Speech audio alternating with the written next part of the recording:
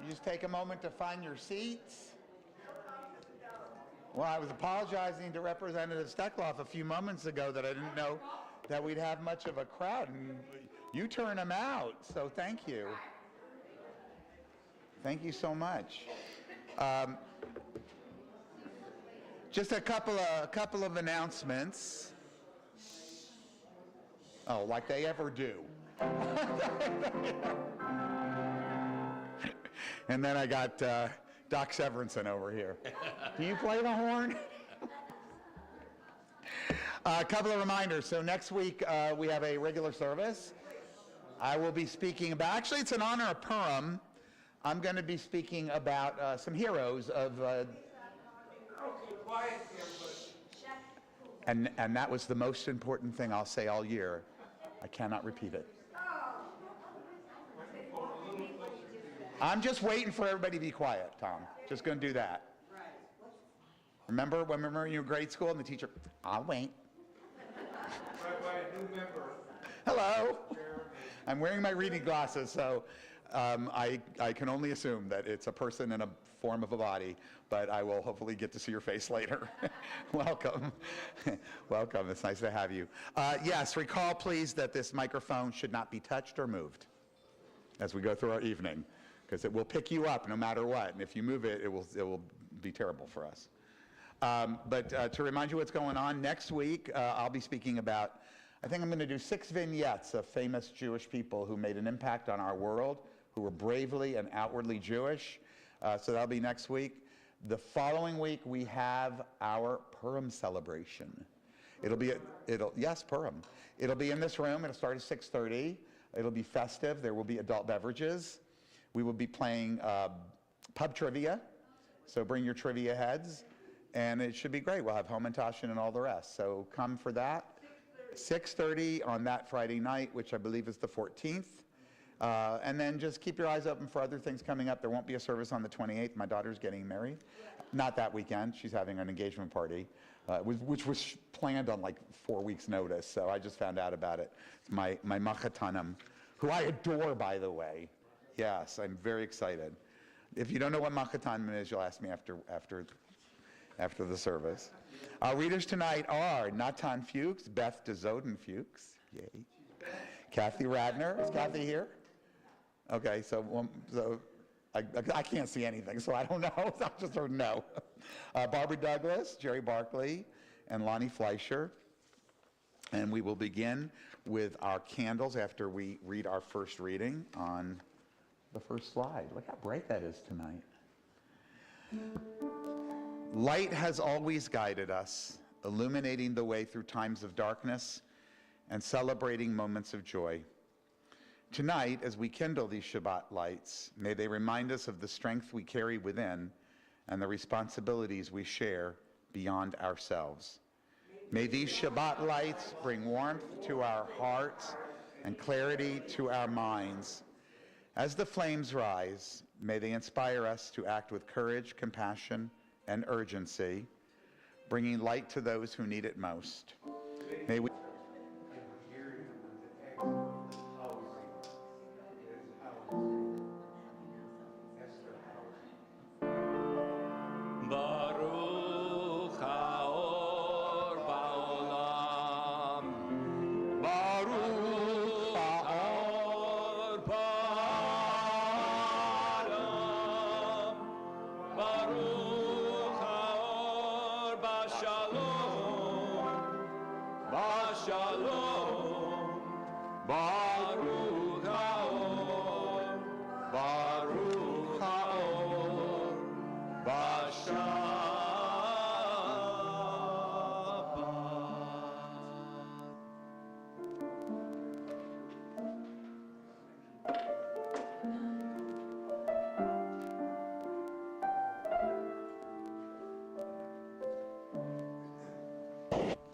Shabbat Shalom. As the week slips behind us, we open the door to Shabbat, inviting its calm and beauty into our lives. Shabbat does not come to us from beyond, but as something we create, a time to pause, to breathe, to find joy in one another's company, and meaning in a shared experience. By gathering on Shabbat, we transform the ordinary into something extraordinary. In this time, we celebrate the tradition of rest and renewal, softening the burdens of the week and strengthening the connections we share.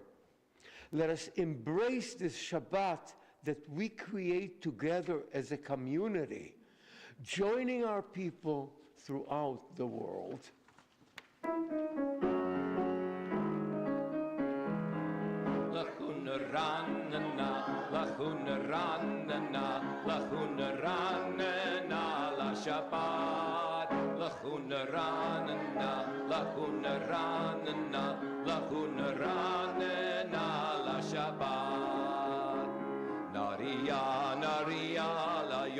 שמחתנו נקדמה בשלום נריה נריה ליום שמחתנו בזמירות נריה לו לכו נרננה לכו נרננה לכו נרננה לשבת לכו נרננה לכו נרננה לכו נרננה לשבת נריה ליום שמחתנו נקדמה בשלום נריה ליום שמחתנו בזמירות נריה לו לכו נרננה לכו נרננה Shabbat Shalom. Shabbat Shalom. To cross the threshold of this room on Shabbat is to enter a place free from the demands of our everyday lives. We step away from our daily routines in an attempt to gain perspective on where we have been and where we are going. At other times, in other places, we may feel fragile and alone. Yet here, we join together to find strength, to build community as we look with wonder at the universe and seek our place within its vastness. To this place, we come to lengthen our perspective. To this place, We come to question and explore. In this place, we awaken our imaginations. in this place, Place we draw strength as we allow ourselves to dream. Together, we share the challenge of an ever-changing world, a world often beyond our control. Together, we seek to find meaning, calm our anxieties, understand our purpose. Together, we share the burdens and blessings of responsibility. Together, we bond as a community, a true gift of Shabbat. Shabbat Shalom.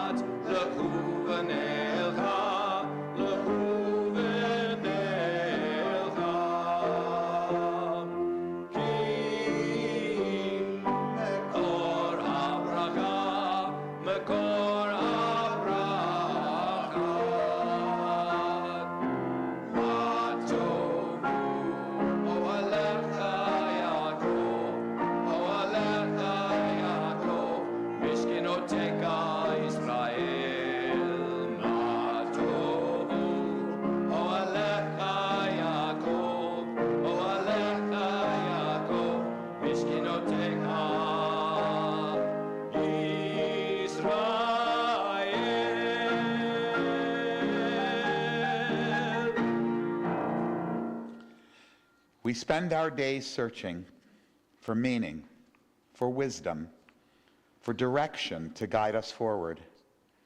We look to the world around us, to teachers, to history, and to the voices of our ancestors. We ask, how do we find the courage to face the future? We ask, how do we choose which paths to take? We ask, how do we do these things while remaining true to ourselves? What we seek is closer than we think. The spark of understanding, the source of hope, the clarity to choose the right path, these live within us, waiting to be recognized, waiting to be embraced. Shabbat is a time to pause and gather our strength. It is a time to think about who we are and what we can make of our lives. On Shabbat, we take a moment to set aside the noise, the distractions, and the demands of the week. Shabbat invites us to return to ourselves and contemplate these questions that our lives are posing. As we enter this special time, let us accept the invitation to open our hearts, quiet our doubts, and remember this: the capacity for wisdom, for courage, and for discernment is already here inside us.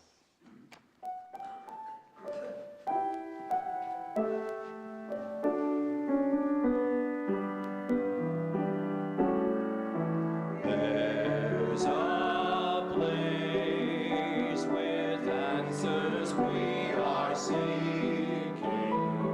There's a place to find our light of hope.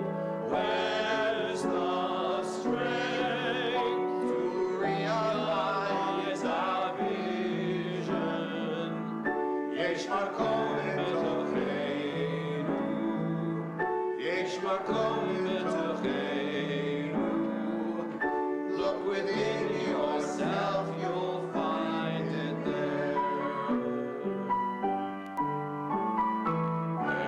There's a place with wisdom that can guide us. There's a place where we know what's right or wrong. Where's the path to peace that God will long for? Yesh makom betochenu, yesh makom betochenu. Look within yourself, you'll find it there.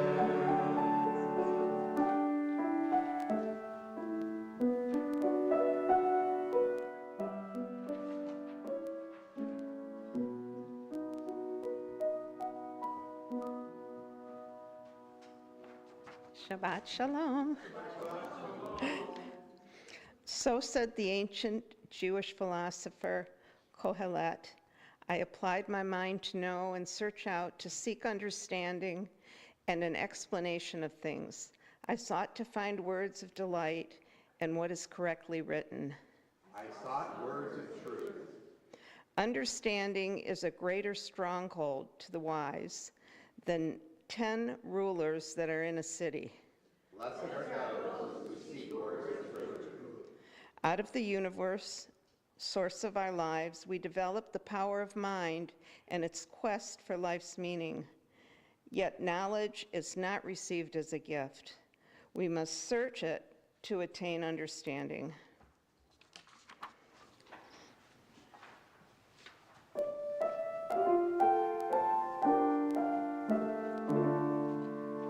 Niftat lanu sha'arei tzedek, chen b'chesed v'rachamim. Niftat lanu sha'arei tzedek,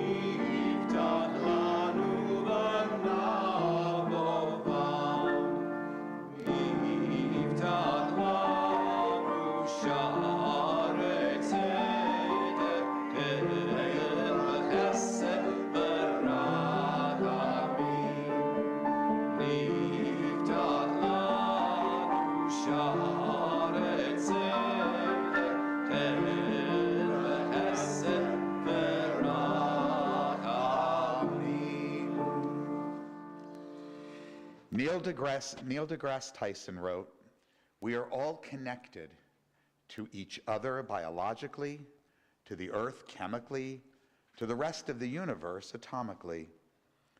There are as many atoms in a single molecule of your DNA as there are stars in the typical galaxy. We are, each of us, a little universe." Carl Sagan put it this way, "The cosmos is within us. We are made of star stuff. We are a way for the cosmos to know itself."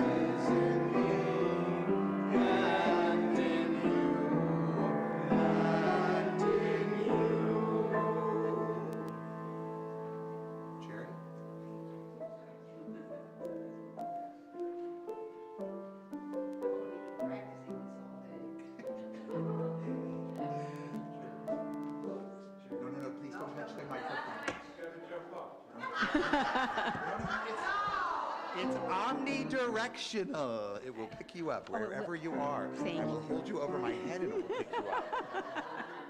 Go for it. Thank you. Shabbat Shalom. Shabbat shalom. Peace is more than the absence of conflict. It is the presence of justice, compassion, and hope. It does not arrive on its own. It must be nurtured through the strength to stand firm in our convictions and the willingness to seek understanding. True peace begins within. It calls us to care for ourselves and our communities, to ensure that we are grounded and secure, but it cannot remain there. Peace reaches outward, finding life in the connections we build and the shared commitment to a world where dignity and fairness prevail. Peace is not passive. It grows from the small acts of courage and kindness that sustain us and the choices we make, even when the path is uncertain. It asks us to see the humanity in one another and to believe that even in difficult times, we can shape a better future. May we pursue peace with purpose, bringing light to our lives and to the world we share. Nase shalom ba'olam, nase shalom aleinu.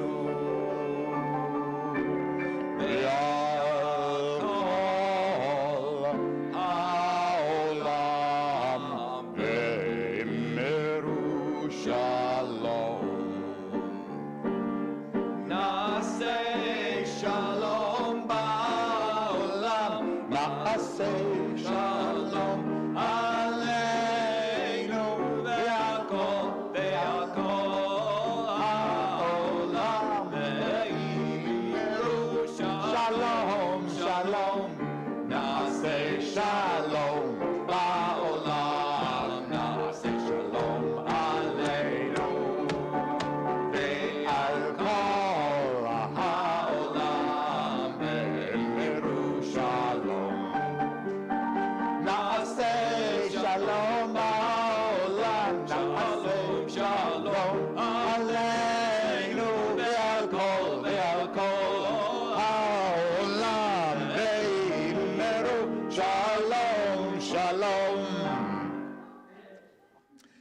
In this community, where we find strength and common purpose, we turn our minds and hearts toward all those who need our love and support, those who are ill, those who suffer pain of the body or spirit, those who are lonely, those who have been wronged.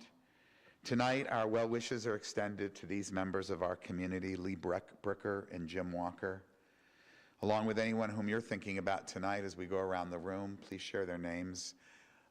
Thank you. Anybody else on this side? Suzanne? We miss anyone? Yes. Okay. Anybody else? I'm wearing my reading glasses, so I can't see clearly, but if you wave your hands, I can see you. May all who suffer know that they are not alone, that we are there. May they be healed quickly. May they experience a complete recovery, the renewal of their bodies and renewal of their spirits. Today is the 512th day of captivity, the 74th Shabbat for the hostages who remain in Gaza. Many of them we now know are no longer among the living. This was a particularly difficult week, as once again more bodies were returned to shocked and grieving relatives, and as we saw all of Israel and all the Jewish people across the world gather wherever we were to think of Yarden Bibas and the losses that he sustained. I don't know how we come back from this. I don't.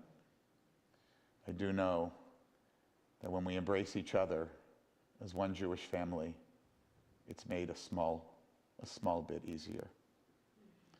May those who continue to endure captivity find the courage to carry on. May those who love them not despair of their return. May they soon emerge from their confinement whole in body and in spirit to know once again the embrace of loved ones.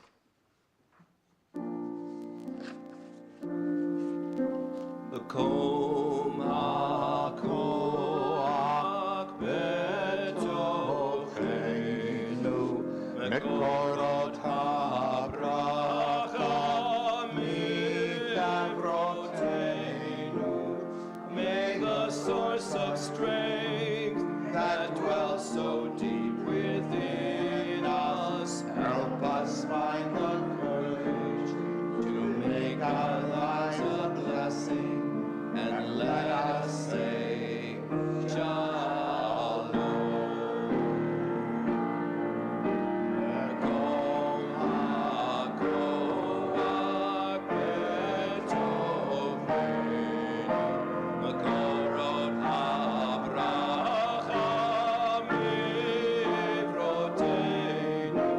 May those in need of healing know refuah shlema, the renewal of body, the renewal of spirit, and let us say Shalom.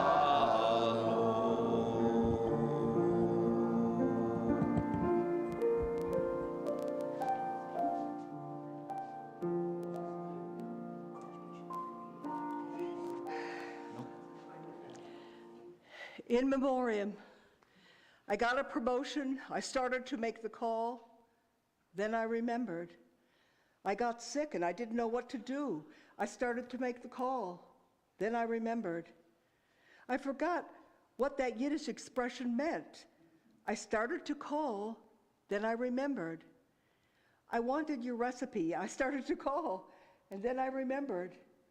Good news, bad news, wisdom and guidance, I start to make the calls, but then I remember. You aren't out there. You aren't going to answer. You're in my heart. I'll always remember.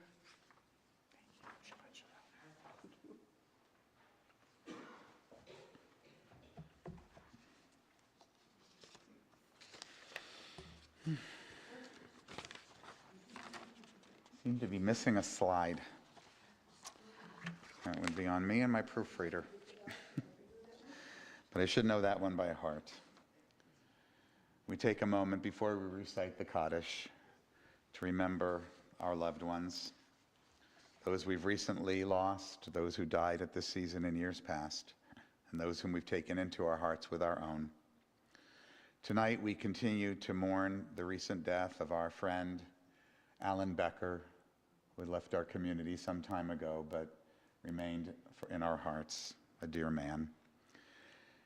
As we tonight also observe the yard sites of these members of our community and their loved ones, of Michael Berman, Rhea Lillian Blum, Esther Jacoby, Rebecca Kravitz, Louis Linden, Greta Lipson, Max Luria, David Markowitz, and Eli Master, Sybil Offen, Marion Sandler, Herman Schneider, Gertrude Stewart, Reva Thatch, Arian Abraham Walker, and Abraham Young. If you can do, let me go around first and see if there's anyone who you'd like to add to the list. Is there anyone here, Janice? Thank you, thank you. Miss anybody else? If you can do so comfortably, please rise as together we recite our interpretation, our salute, as it were, to the Kaddish. Nitzgadal v'nitzgadash beruach ha'adam. Let us dignify and ennoble all people in the spirit of our shared humanity. Let us acclaim the preciousness of life. Let us show gratitude for life by approaching it with reverence. Let us embrace the whole world, even as we wrestle with its parts. Let us each in our own way take up our share in serving the world and seeking truth. May our commitment to life help us to strengthen healing of spirit and peace of mind. May justice and peace permeate and comfort the house of Israel and all those who dwell on earth. And let us say, Ken Yehi, may it be so. Oh, there's the slide. It was in the wrong order. What happened is I made a goof when I put it together, and I transposed them. But it has the important words that we do need to remember, which is Yehi zichram livracha, may their memories be a blessing. So I don't have a long introduction tonight for our guest, because I think it's your third time to come speak to us. And and we're very, very happy to have you. But do remind me your district number, because I totally forgot. 19, I was going to say 19.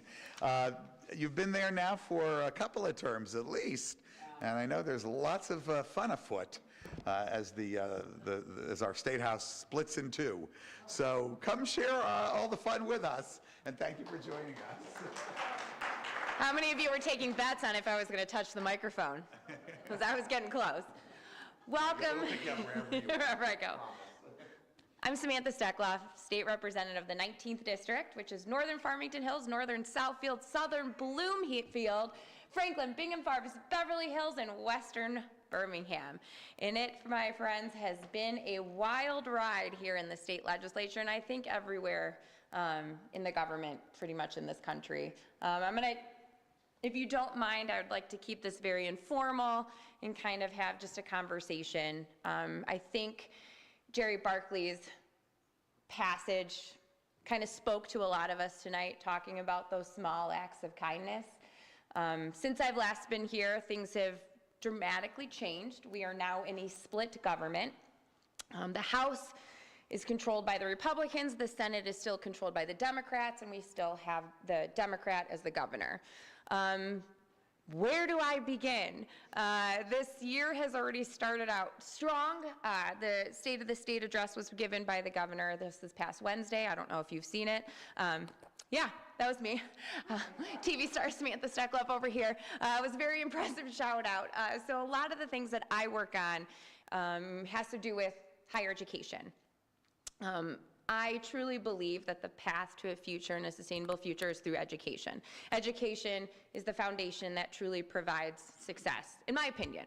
And whatever type of education that is, whether it's, career and technical, whether it's you're going for an esthetician's license, community college, all the way up to a PhD.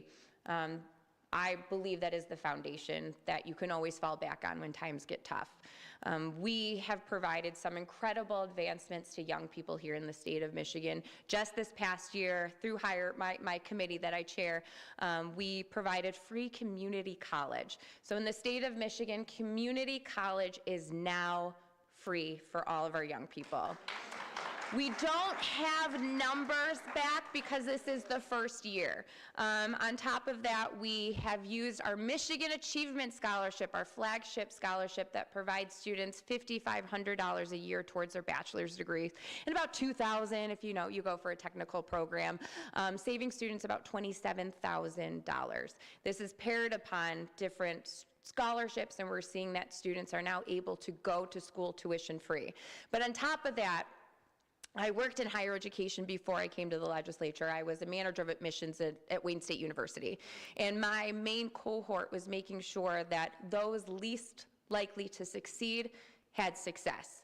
And a lot of that has to do with a lot of the wraparound services that we provide students. And now for the first time, those scholarship dollars can be used towards housing, transportation, food, childcare if it's needed. And so we're really providing a foundation for young people to succeed in higher education. I'm a breast cancer survivor.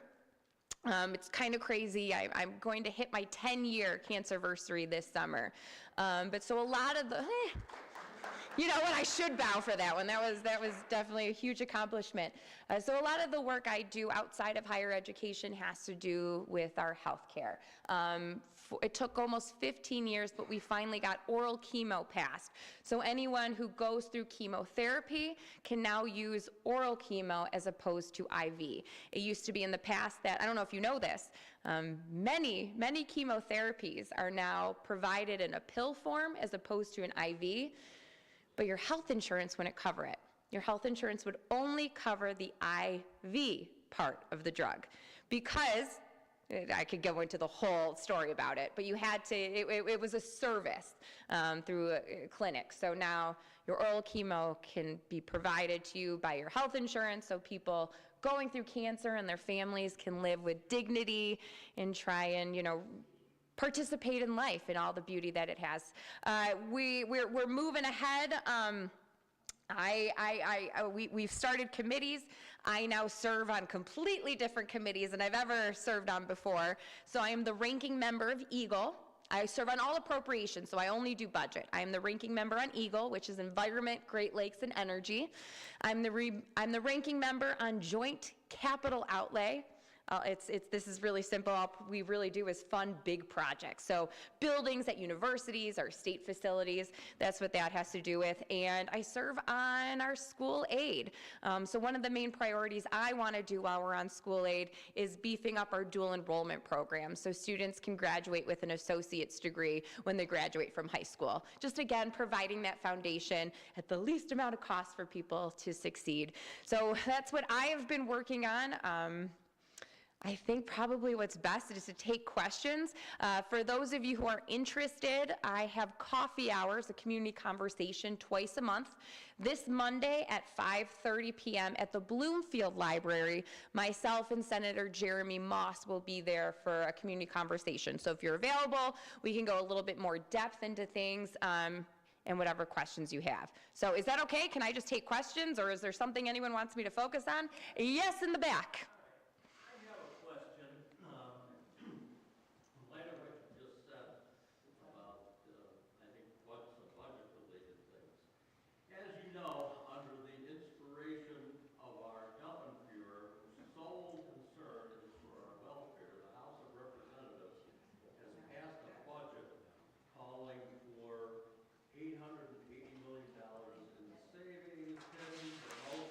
Billion.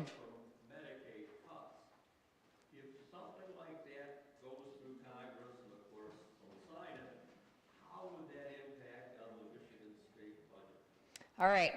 Can you repeat the question? I'm going to give you some grave news. It's not good. We're talking about how the federal government, the budget that was just passed out of Congress, is going to affect your states. So in the state of Michigan, 42% of our budget comes from the federal government. 42%. And that is predominantly your Medicaid, Medicare, in your education. Michigan is a donor state, which means that we send our hard-earned tax dollars to Washington, D.C., and in return, we get less back. That's the good news. The good news is we're better than a lot of other states. The bad news is our southern states are going to be demolished. They are receiving states, so they send less money than they get back. So I'm gravely concerned about those states. In Michigan, let's focus on education because I keep hearing about the Department of Education. At this moment, the administration, the Trump administration, is trying to destroy the Department of Education. And what that will do is many, many things. It's going to hurt your special ed programs, it's for your IEPs, it's going to hurt, I can't even get into it all. It's going to affect all of our preschools. So right now, the Great Start Readiness Program that provides free preschool to all 4-year-olds across the state was actually on pause. For 2 days, our hospitals closed down to Medicaid patients. This is the reality that we're dealing with. The good news is we have an incredible surplus here in the state of Michigan. We actually just got information from our consensus revenue sharing meeting that we actually have $1 billion more than we thought we were going to have. So we do have the funding to backfill the $2 billion we would be short in our school aid. Does that make sense? So schools will be covered. We do have the funding for that. Now, higher education, we do not. All of your Pell Grants, your parent, how many of you took out a loan for your children to go to school? Those Parent Plus loans, your subsidized, your unsubsidized, your federal work-study programs, those all come from the Department of Education. Research grants right now at our universities have halted. My brother is a PhD research scientist. He works with NASA. He's got 2 weeks left of his contract. Yeah. It is, Jesus, it's a very, very difficult time for so many people. Dana Nessel has been, she's been sent to us by God, I swear. She has taken the lead on all of the litigation that you see happening with the Trump administration. She has gotten all the other attorney generals on board, and I believe she's actually, if I'm not mistaken, this week or next week will be at the Supreme Court arguing against the funding freezes. I was waiting to see, I was hoping to get good news from the Supreme Court today. A judge ruled 2 days ago that the Trump administration had to stop the freeze of all U.S. aid. Unfortunately, it looks like the Roberts opinion today from the Supreme Court has said the pause can stay. So that was not the news I was hoping to hear. I'm trying to be optimistic, so I'll tell you one thing, the Justice Department is still working. The judicial branch is still working.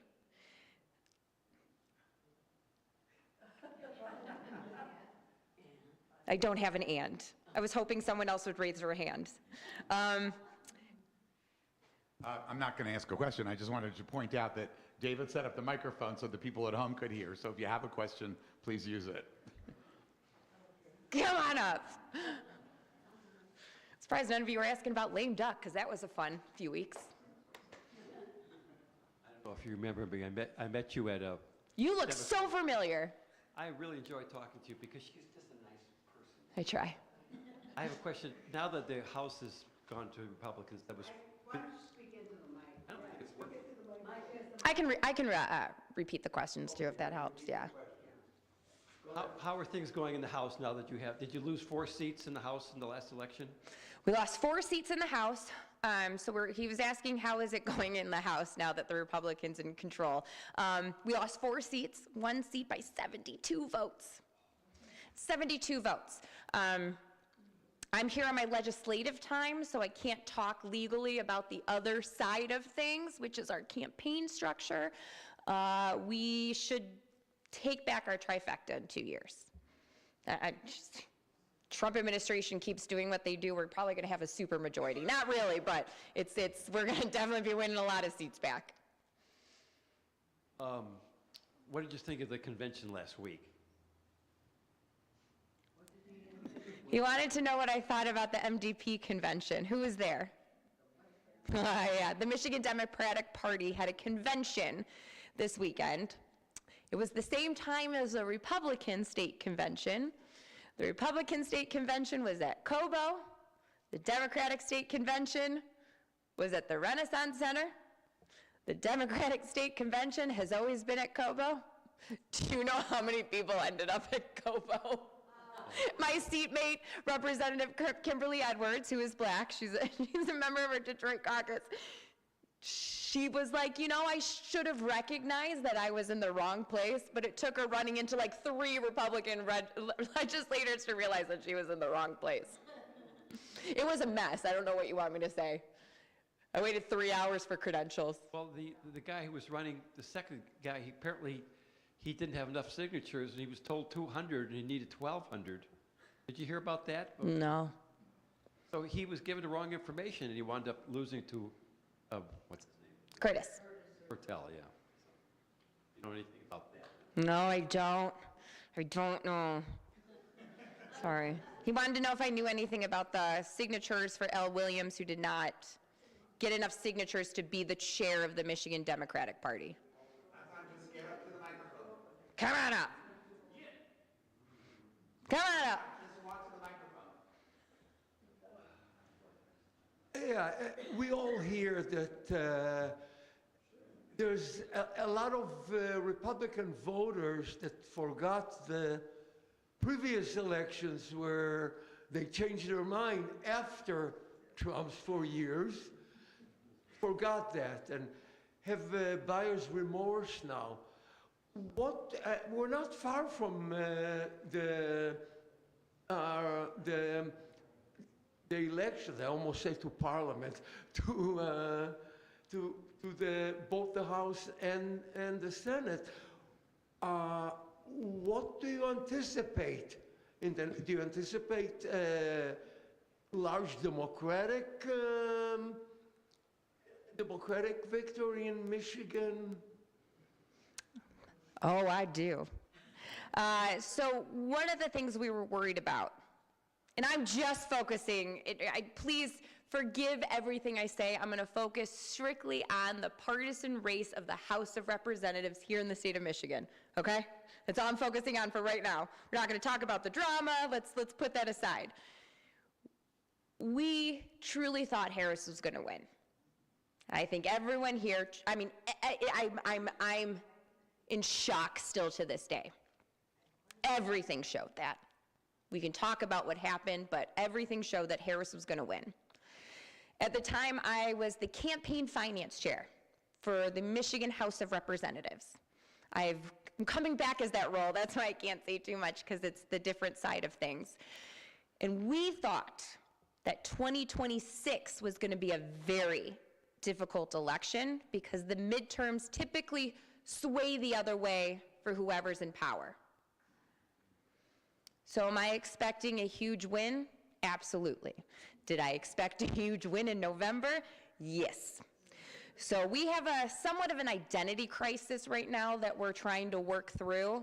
I really hope that it's not going to be the anti-Trump vote that puts us back in, because there's a lot of amazing things that we stand for that should make us win. So yes, I do think. But the problem is, everything that the Trump administration is doing right now is happening so quickly. I do this for a living and I can't even keep up. It was designed to create chaos for a reason. When there is chaos, there is division. When there is chaos, there's hatred. That is what they're trying to do. There's a lot of bad things happening. I can't deny that.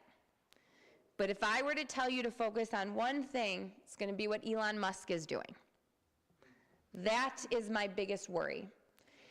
He wants to be the first trillionaire. And to be the first trillionaire, millions of people around the world are going to have to die. U.S. aid that is being held up,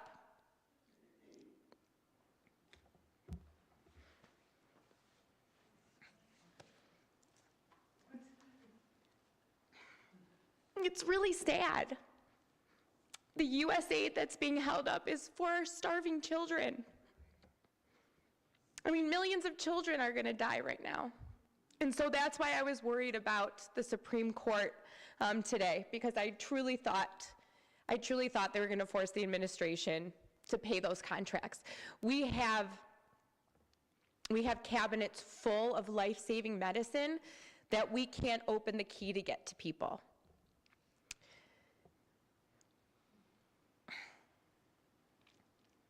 I'm sorry, everyone. It's really sad. I'm very worried about what's happening on in this world. So would I love to pretend everything's okay? Yes, it's not. So if you were asking me my number one concern, it's that. The U.S. aid program is so important to millions of people around the world. I mean, this is the aid that fights hunger. This is the aid that fights the HIV crisis. This is the aid that funds all the research for these horrible diseases that are going on. Right now in the Congo, there's 50 people that have already perished from a disease or flu that we can't recognize, and that funding was cut. We're trying to do Ebola mitigation. That funding was cut.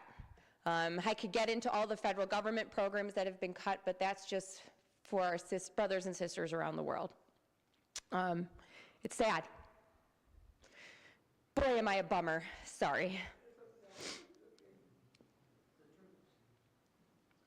What do you think, in your opinion, is the grand plan that Trump and his co-president, Elon Musk, have? And what do you think the power structure that is behind Trump and the MAGA party, what do you think their end goal is? Do you think it's really to change permanently the democratic structure? So he's asking what the end goal of the Trump administration is. It's actually the Elon Musk administration. The second part is, do you see any parallels to Germany in 1930? If you don't see parallels to Germany, And do you think that the playbook is coming from that? They've studied it, they've looked at how it didn't work, and they're going to... so this is what happened, yeah, so this is what happened in the 20s and 30s. We know that Germany was decimated after World War I, and they needed someone to blame. They're doing that right now. They're blaming the immigrants for all of our issues. There's always a scapegoat. And that disinformation campaign and the chaos it creates is exactly what you're seeing today. And it's fueling the power of a disenfranchised group of Americans to feel heard. You know, before 2016, racism was kind of under the surface, and now people feel freely. I mean, we had a committee hearing. The Michigan Senate had a committee hearing on our ghost guns, and someone came in and testified on mic and used the N-word and was proud of it. I've never seen what we're dealing with before. We have the judicial branch for a reason. We have the separation of powers for a reason. I think President Musk and Trump are trying to test those waters in every single way possible. Today, Supreme Court. So you're going to see those challenges and seeing where that stopgap is, and that's what you need to focus on. Again, we have attorney Dana Nessel, who has been, she's been at the forefront of everything. If you ever get a chance to see her, thank her for her hard work. She feels like she's on an island, which I can understand. She is truly the one representing the people of Michigan against the Trump administration. And it's working. It is working. At some point, people are going to rise up. Quietly, behind the scenes, I speak with my Republican colleagues. They're scared. Yep. Where the country is heading. Yeah. So for those of you may have heard the news this week. Representative Josh Schreiber, I can't believe I have to call him representative. I know I'm on camera too. He decided to put in a resolution to overturn gay marriage. Yes. Gay marriage. The Speaker of the House, a Republican, and the Majority Floor Leader said, absolutely not. He said, absolutely not, and they left him out on a branch to kind of tread for himself. A Republican, yes. So the Republican Speaker of the House said, absolutely not, and stopped it right away. So there is some things that are being stopped. So I don't know at what point it's going to continue, and a lot of it is based on popularity, I want to say. Gay marriage is more popular than reproductive health. It's very widely accepted, as it should be. So my counterpart, Senator Jeremy Moss, he took over Representative Schreiber's press conference, if you haven't seen it. It was pretty amazing to watch. And I'm proud of him for standing up. So that's just a little bit about what's going on, but they have stopped some of the crazy stuff. Yes? Can you give me some positive things about Trump's administration?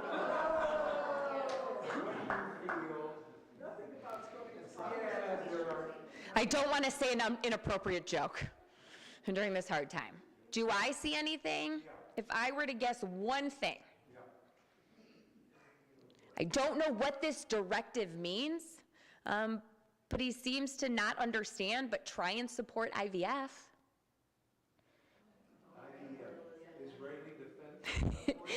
In vitro fertilization. So that's I was trying to find something, okay? He's trying to make it affordable. In his head, he's trying to make it affordable. Can you stay for the Oneg Shabbat? Yeah. Okay. So Samantha will stay for the Oneg Shabbat. Thank you so much. Because knowing you guys, you'll be talking about this all night anyway. I hope you didn't have any place to go till like midnight or 12:30.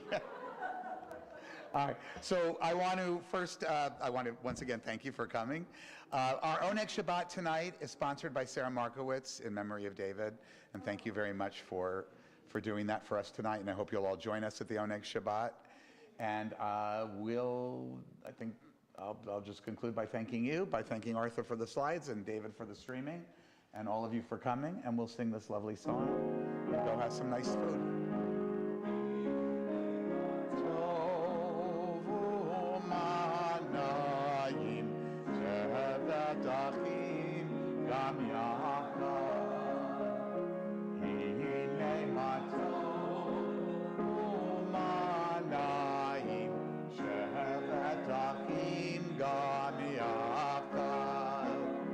Behold how good it is when people come together, living as one people, hand in hand.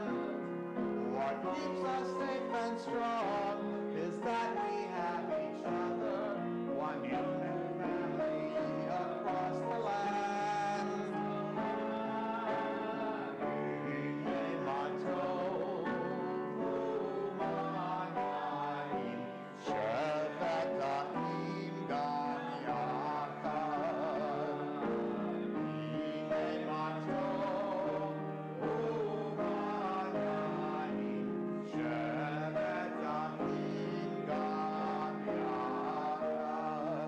Shabbat Shalom, everybody.